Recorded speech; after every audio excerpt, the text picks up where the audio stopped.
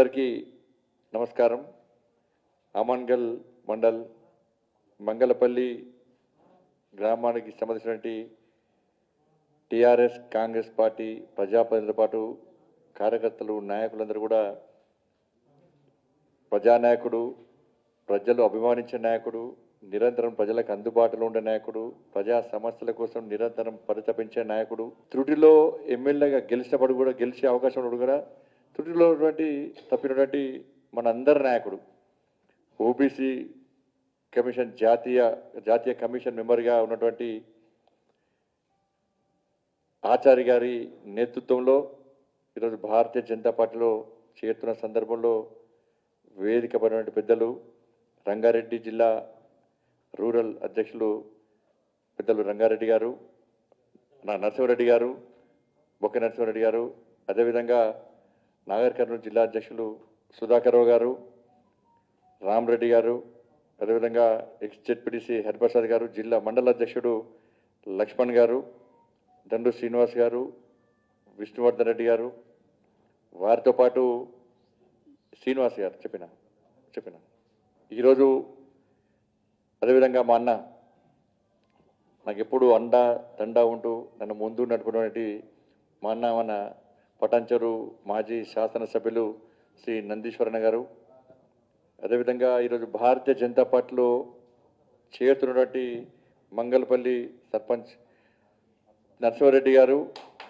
అదేవిధంగా వరికుప్పల చంద్రమౌళి గారు, కడారి శ్రీశైలం గారు, ప్రకాష్ రెడ్డి గారు, చైర్మన్ యాదయ్య గారితో పాటు ఇలా భారతీయ జనతా పార్టీలో చేరుతున్నటువంటి మీ అందరూ కూడా రాష్ట్ర శాఖ తరఫున హృదయపూర్వక స్వాగతం పలుకుతూ, తప్పకుండా ఇంతకుముందు నరసింహారెడ్డి గారు ఆచార్య గారు చెప్పినాడు, ఎట్టి బస్సులో తెలంగాణ రాష్ట్రంలో టీఆర్ఎస్ పార్టీని ఎదుర్కొనే దమ్ము ధైర్యం ఉన్న పార్టీ భారతీయ జనతా పార్టీ అనే విషయం దుబ్బాక ఎన్నికల తర్వాత, జిహెచ్ఎంసీ ఎన్నికల తర్వాత, హుజరాబాద్ ఎన్నికల ఫలితాలు చూసిన తర్వాత తెలంగాణ రాష్ట్ర ప్రజలకు ఒక విశ్వాసం, ఒక నమ్మకం ఏర్పడ్డది. ఎట్టి బస్సులో టీఆర్ఎస్ పార్టీని ఎదుర్కొనే పార్టీ, టీఆర్ఎస్ పార్టీ యొక్క గడీలను బద్దలు కొట్టే పార్టీ భారతీయ జనతా పార్టీ అనే విషయాన్ని ఇలా స్పష్టం చేయడం జరిగింది.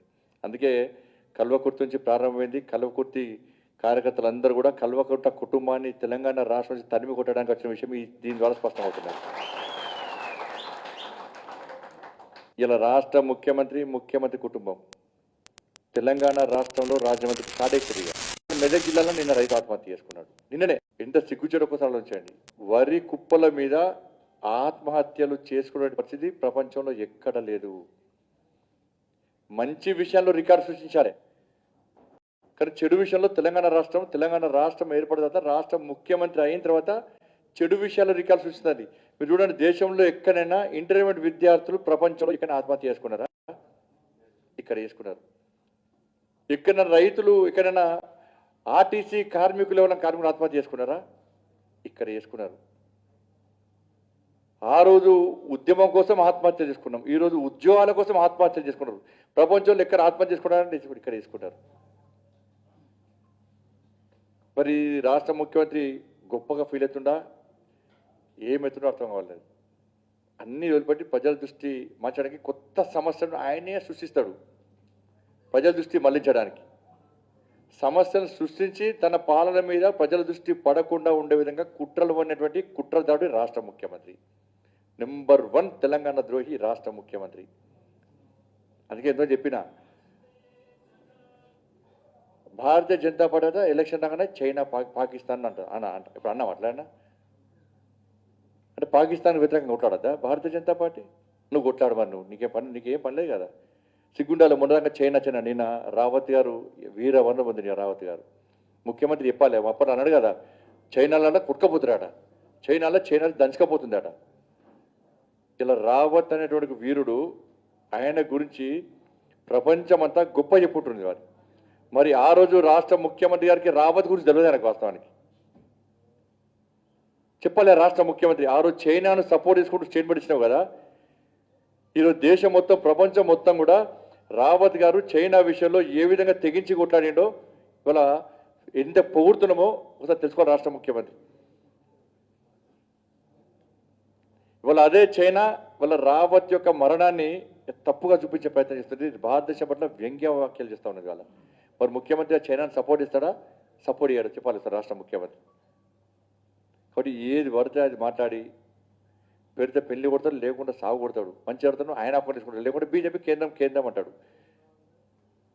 ఇన్ని రోజులు ఏం చేసాడు? పండించిన ప్రతి గింజ నేనే ఉంటా, కేంద్రం పెత్తనమేంది అని రైతు అదే అడుగుతున్నాడు. కొని బిడ్డ అంటారు ఇప్పుడు. ఇలా వానాకాలం పట్ట కొని ఇప్పుడు ఎందుకుంటారు అని అడుగుతున్నారు ఇవాళ. ఇంత టీచర్లు ఇచ్చారు ఒక పద్ధతి, ఒక పాడు ఉండదు. ఏది పడుతుంది రాత్రి ఏదేస్తే తెల్లారి చేస్తారు వాళ్ళు.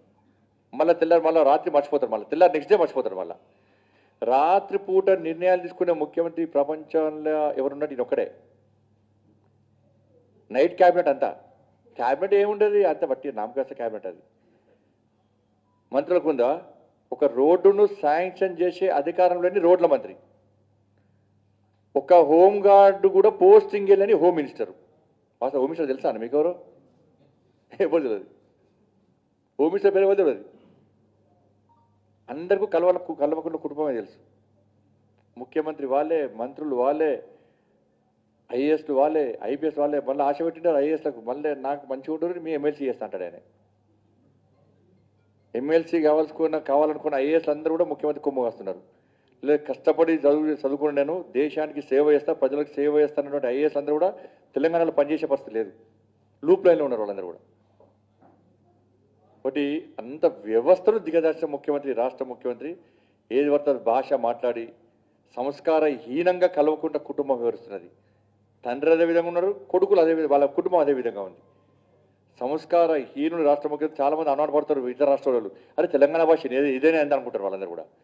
వాడు వీడు 3 ముక్కలు చేస్తా, 6 ముక్కలు చేస్తా, నా కొడుక నీ కొడుక, రండా పోరా రారా గిదనా నీ భాష నేర్పింది తెలంగాణ భాష.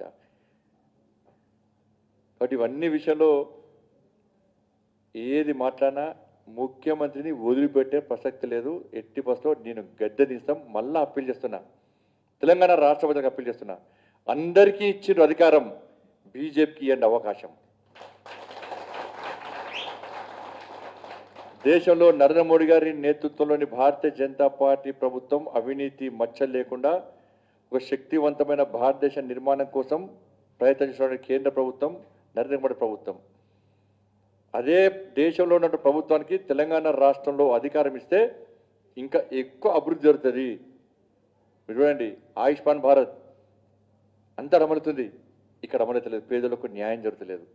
ప్రధానమంత్రి ఆవాస్ యోజన దేశవ్యాప్తంగా పేదలకు ఇల్లు కడుతున్నాం, లక్షల ఇల్లు కడుతున్నాం. ఇక్కడ పేదలకు ఇల్లు గతిలేవు. ఇవాళ అనేక స్కీమ్స్ ఉన్నాయి వాళ్ళ దేశవ్యాప్తంగా. ఆ స్కీమ్స్ అన్ని ఇక్కడ అమలు చేస్తలేరు, నిధులు డైవర్ట్ చేస్తున్నారు. స్మార్ట్ సిటీ దేశవ్యాప్తంగా స్మార్ట్ సిటీ అమలు చేస్తున్నాం, కేంద్రం ఇచ్చిన దారి మలుస్తున్నారు, మ్యాచింగ్ గ్రాంట్ ఇస్తలేరు. ఇంకా వరంగల్లా కేఎంసీ హాస్పిటల్కి పూర్తి నిధులు ఇస్తే ఇంతవరకు ఇనాగ్రేషన్ లేదు దానికి. మళ్ళీ కొత్త జైలు మూలొకటి మళ్ళీ హాస్పిటల్ కడతారట. కూలగొట్టి సంవత్సరమే వస్తున్నా తెలిసి. ఇంతవరకు దాని నిధులు ఇలా నిన్నమోక మన సోయలకు వచ్చిన పాపం ఇస్తాడు. కాబట్టి అభివృద్ధి జరగాలంటే అది కేవలం భారతీయ జనతా పార్టీ ద్వారా మాత్రమే సాధ్యము. కుటుంబ పాలనను దేశ ప్రజలు సహించరు, తెలంగాణ ప్రజలు అసలే సహించరు. ఈ యొక్క కుటుంబం రాజ్యం వెళ్తుంది కాబట్టి ఆ కుటుంబ పాలనకు అంతమొందించడానికి, అవినీతి పాలన తరిమి కొట్టడానికి, ప్రజాస్వామ్యబద్ధంగా తెలంగాణ రాష్ట్రంలో పాలన సాగాలంటే ఇవాళ అది కేవలం భారతీయ జనతా పార్టీ ద్వారా మాత్రమే సాధ్యమని భావించే ఇవాళ అనేక మంది ఇలా భారతీయ జనతా పార్టీలో చేరుతున్నారు. మొన్న ప్రముఖ జర్నలిస్టు నిరంతరం ఇవాళ తెలంగాణ యొక్క ప్రజల యొక్క బాణిని వినిపించడానికి తీన్మార్ మల్లన్న భారతీయ జనతా పార్టీ అయినారు. JAC co convener, Telangana public service commission యొక్క మెంబర్ అయినటువంటి విఠల్ గారు ఇలా భారతీయ జనతా పార్టీలో చేరారు. కాబట్టి చాలామంది ఇలా చేరడానికి సిద్ధమవుతున్నారు. తప్పకుండా భారతీయ జనతా పార్టీ సిద్ధాంతాన్ని నమ్మి, మోడీ గారి యొక్క నాయకత్వాన్ని నమ్మి వచ్చేటువంటి అందరు నాయకులను ఎట్టి పరిస్థితుల్లో చేర్చుకుంటాం. ఇలా ఉద్యమకారులను కూడా భారతీయ జనతా పార్టీ చూస్తున్నారు. కాబట్టి అదే విషయంలో మీరందరూ కూడా భారతీయ జనతా పార్టీని నమ్మి, భారతీయ జనతా పార్టీ సిద్ధాంతాలు నమ్మి, మోడీ గారి యొక్క నాయకత్వం నమ్మి, మా ఆచారణ యొక్క ఆలోచన నమ్మి మీరందరూ భారతీయ జనతా పార్టీ చేయడం చాలా సంతోషం. మీ అందరూ కూడా మనస్ఫూర్తిగా హృదయపూర్వకంగా స్వాగతం పలుకుతూ ఎట్టి పరిస్థితుల్లో కల్వకుర్తిలో రాబోయే రోజుల్లో ఎగిరేది, కల్వకుర్తి గడ్డ మీద ఎగిరేది కాషాయపు జెండా. కాషాయపు జెండా కలవకుర్తి గడ్డ మీద ఎగిరాలని చెప్పి యువకులంతా ఉత్సాహంతో ఉన్నారు కాబట్టి తప్పకుండా రాబోయే రోజుల్లో ఆ లక్ష్యాన్ని చేరుకునే విధంగా అందరం కలిసికట్టుగా ముందుకు సాగాలని చెప్పి ఆచార్య గారి నేతృత్వంలో తప్పకుండా కలవకుర్తిలో ఇంకా పార్టీని బలోపేతం చేయడానికి శక్తివంతంగా తయారు చేయడానికి పోలింగ్ బూత్ స్థాయి నుంచి ఇవాళ నియోజకవర్గ స్థాయికి జిల్లా స్థాయిలో ఇంకా పనిచేయడం చేయడానికి అందరం కలిసికట్టుగా ముందుకు సాగాలని చెప్పి మీ అందరికీ విజ్ఞప్తి చేస్తూ మీ అందరికీ హృదయపూర్వక స్వాగతం పలుకుతూ ముగిస్తున్నాను. భారత్ మాతాకి జై. హాయ్ ఫ్రెండ్స్, మా టుడే టుమారో యూట్యూబ్ ఛానల్ చూస్తున్నందుకు చాలా థ్యాంక్స్. మరిన్ని లేటెస్ట్ వీడియోస్ కోసం వెంటనే సబ్స్క్రైబ్ చేయండి. అలాగే ఈ బెల్ ని కూడా రింగ్ చేసేయండి. మా నోటిఫికేషన్స్ అన్ని మీ మొబైల్లో వస్తాయి. అలాగే మా వీడియోస్ మీకు నచ్చితే లైక్ చేయండి, షేర్ చేయండి, నచ్చకపోతే కామెంట్ చేయండి.